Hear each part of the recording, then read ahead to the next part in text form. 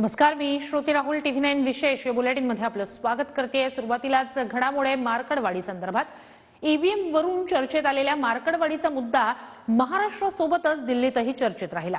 सभागृहात मार्कडवाडीच्या मुद्द्यावरून सत्ताधारी आणि विरोधकांमध्ये सवाल जवाब रंगले। दुसरीकडे दिल्लीत शरद पवार गटाच्या पराभूत उमेदवारांनी बैठक घेत कोर्टात जाण्याचा इशारा दिलाय। पाहूया। मार्कडवाडीत जाऊ नका, आता उगाच तिकडे ते कार्यक्रम होईल। सपाटून मताने आपटल्यावर अध्यक्ष महोदय शांत राहा ना। आता मार्कडवाडी आता हे बहुमताच्या आधारावर विरोधकांचा आवाज दाबण्याचा प्रयत्न व्हावा असा सभागृहात असं होता कामा नये। अध्यक्ष महाराज, ईव्हीएम विरोधानं चर्चेत आलेल्या मार्कडवाडीचा मुद्दा विधानसभेतही गाजला। एकीकडे महाराष्ट्राच्या सभागृहात चर्चा होत असताना दुसरीकडे दिल्लीमध्ये शरद पवार गटाच्या पराभूत उमेदवारांनी पवारांच्या निवासस्थानी बैठक घेतली। माहितीनुसार विजयी ठरलेले उत्तम जानकर निवडणूक आयोगाला पत्र देऊन बॅलेटवर फेरमतदानाची मागणी करणार आहेत। माझं मत, माझा तो संविधानिक अधिकार आहे, मूलभूत अधिकार आहे आणि माझं मत कुठं गेलं हे शोधण्याचाही मला अधिकार आहे आणि तो अधिकार मला घटनेनं दिलेला आहे आणि ते मी शोधल्याशिवाय राहणार नाही। यासाठी मी माझ्या आमदारकीचा सुद्धा त्याग करायला तयार आहे। मी निवडणूक आयोगाला उद्या सांगण्यासाठी जाणार आहे की त्या ठिकाणी माझ्या मतदारसंघाची फेरनिवडणूक लावा आणि बॅलेटवरती मतदान घ्या। पुणे शहर असेल, पिंपरी चिंचवड शहर असेल आणि पुणे जिल्ह्यातले आमचे सगळे समस्त नायका पदाधिकारी म्हणजे चा आग्रह होता, त्यानुसार आम्ही हे सगळे पराभूत उमेदवार महाविकास आघाडीचे उद्या आज नायका दुपारी दिल्लीत दाखल होत असून त्या ठिकाणी उद्या सकाळी आदरणीय पवारसाहेब आम्हाला अभिषेक मनु सिंघवींची भेट घालून देणार आहेत आणि शक्यतो उद्या फार बार तर परवा ही केस आम्ही या ठिकाणी सुप्रीम कोर्टामध्ये याचिका दाखल करत आहोत। मार्कडवाडी आता मला कोणीतरी सांगितलं। दरम्यान सभागृहातही ईव्हीएम आणि मार्कडवाडीवरून सवाल जवाब रंगले। याचा आता कुठं तिकडे मार्कडवाडीला तुमची सगळे गेलेले मार्कडवाडी आता मला कोणीतरी सांगितलं, मार्कडवाडीतले बाहेरचे लोक कोणी येऊ नका, मार्कडवाडीवाल्यांनी सांगितलं, आम्ही आमचं बघतो। मार्कडवाडीत जाऊ नका, आता उगाच तिकडे ते कार्यक्रम होईल आणि म्हणून एसटी महामंडळाच्या एसटी मध्ये 53 जागा आहेत सीट। तुमचं 49 आत आहे मला वाटतं तिन्ही विपक्ष। आता इतक्या खाली आल्यावर जरा शांत राहा ना। अरे आता इतक्या सपाटून मताने आपटलो, इतक्या सपाटून मताने आपटल्यावर अध्यक्ष महोदय शांत राहा ना।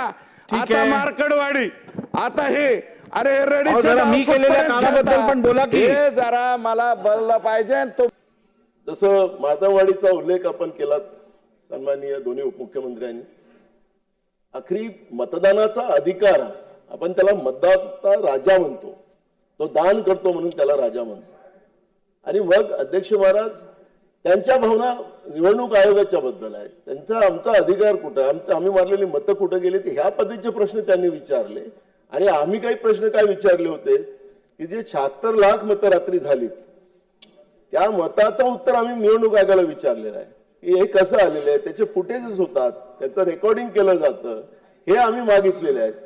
त्याचा अर्थ तुम्ही वेगळा लावायचा काही कारण नाही।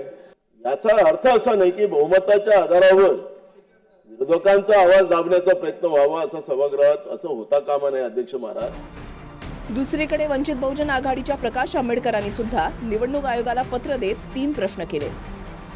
महाराष्ट्रामध्ये मतदानाच्या दिवशी संध्याकाळी 5 नंतर 75 लाखाहून जास्तीच्या मतदानाची नोंद झाली आहे। या आकडेवारीवर चिंता व्यक्त करत आंबेडकरांनी एका मतदानासाठी किती वेळ लागतो, संध्याकाळी 5 नंतर झालेल्या मतांची नोंद निवडणूक अधिकाऱ्यांकडे आहे का, असल्यास त्याचा तपशील द्यावा आणि 6 नंतर मतदानासाठी रांगेत उभे असलेल्या लोकांना टोकन दिलं होतं का आणि दिले असतील तर त्याचा तपशील द्यावा, असे 3 प्रश्न आंबेडकरांनी निवडणूक आयोगाला केले।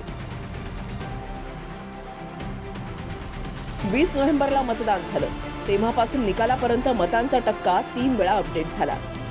मतदानाच्या दिवशी 6:14 दरम्यान निवडणूक आयोगानं सांगितलं की महाराष्ट्रामध्ये संध्याकाळच्या 5 पर्यंत 58.22% मतदान झालंय। यानंतर रात्री 11:53 निवडणूक आयोगानं मतदानाचा टक्का अपडेट करून 65.02% मतदान झाल्याची माहिती दिली। आणि यानंतर 22 तारखेला म्हणजे मतदानाच्या 2 दिवसांनी निवडणूक आयोगानं सांगितलं की महाराष्ट्रामध्ये 66.05% इतकं अंतिम मतदान झालंय. दुसरीकडे जितेंद्र आव्हाडांनी मतांच्या संख्येवर प्रश्न करत वाढलेल्या आकड्यावर प्रश्न केलाय. आव्हाडांच्या ट्विटनुसार 2019 ते 2024 या 5 वर्षात महाराष्ट्रामध्ये जवळपास 50 लाख मतदार वाढले होते. मात्र 2024ची लोकसभा आणि 2024ची विधानसभा या फक्त 6 महिन्यांच्याच काळामध्ये 42 लाख मतदार कसे काय वाढले? हा नोंदणीचा चमत्कार आहे की मतांमध्ये फेरफार, अशी टीका आव्हाडांनी केली आहे. सत्ताधारी पोचले ते भीतीपोटी पोचले. हे जे लोण आहे मार्केटवाडीचे गावागावात पोचलं तर हे लोण संपूर्ण देशामध्ये पसरेल.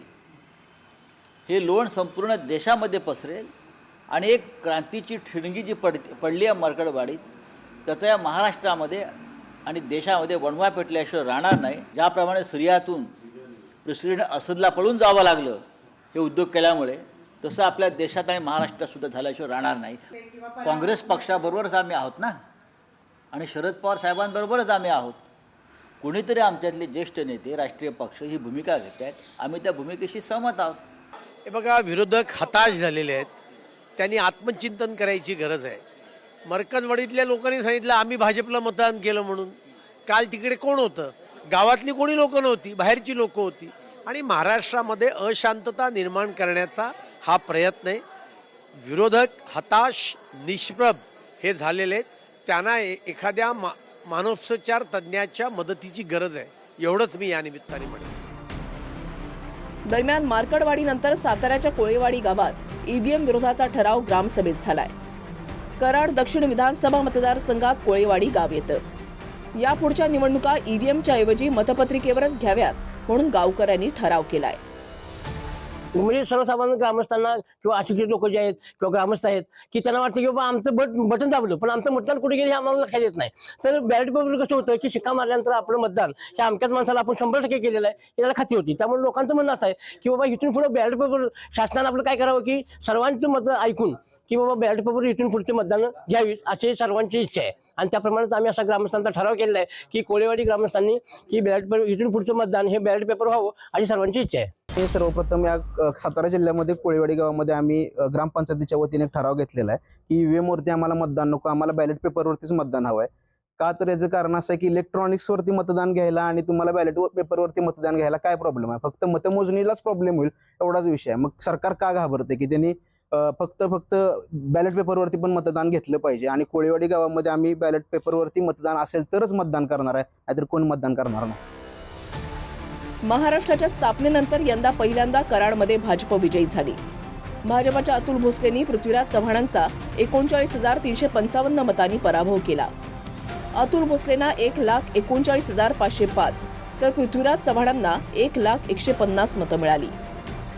गेल्या निवडणुकीमध्ये पराभूत झालेल्या भाजपच्या भोसलेंना 83,166 तर विजयी ठरलेल्या पृथ्वीराज चव्हाणांना 92,296 मतं होती. यंदा दोन्हींच्या मतांमध्ये वाढ झाली असली तरी भाजप उमेदवाराला गेल्या वेळच्या तुलनेत 56,339 तर पृथ्वीराज चव्हाणांना 7,854 मतं वाढली.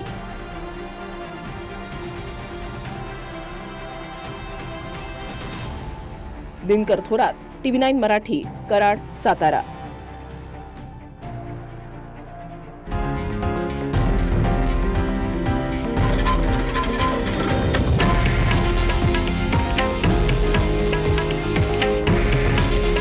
हे आहे देशातील नंबर 1 न्यूज नेटवर्क आणि आपण पाहत आहात TV9 मराठी. काळजी तुमची, हित महाराष्ट्राचं.